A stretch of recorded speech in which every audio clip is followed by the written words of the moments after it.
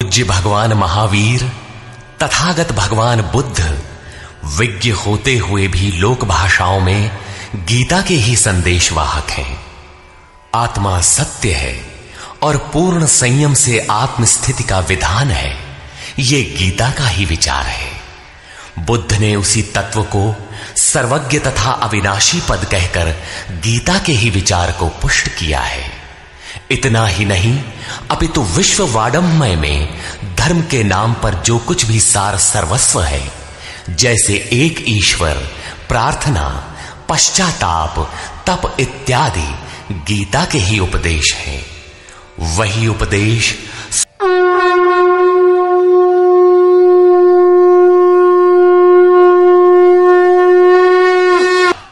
पंचमो अध्याय। अध्याय 3 में अर्जुन ने प्रश्न रखा था कि भगवान, जब ज्ञान योग आपको श्रेष्ठ मान्य है तो आप मुझे भयंकर कर्मों में क्यों लगाते हैं? अर्जुन को निष्काम कर्म योग की अपेक्षा ज्ञान योग कुछ सरल प्रतीत हुआ लगता है, क्योंकि ज्ञान योग में हारने पर देवत्व और विजय में महामहिम स्थिति, दोनों ही दशाओं में लाभ ही लाभ प्रतीत हुआ। किंतु अब तक अर्जुन ने भली प्रकार समझ लिया था कि दोनों ही मार्गों में कर्म तो करना ही पड़ेगा।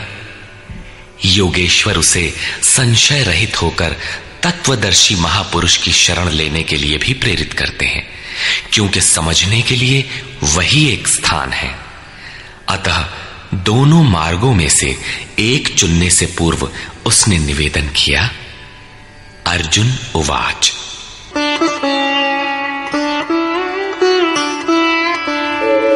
संन्यासं कर्मणां कृष्ण पुनर्योगं च शंससि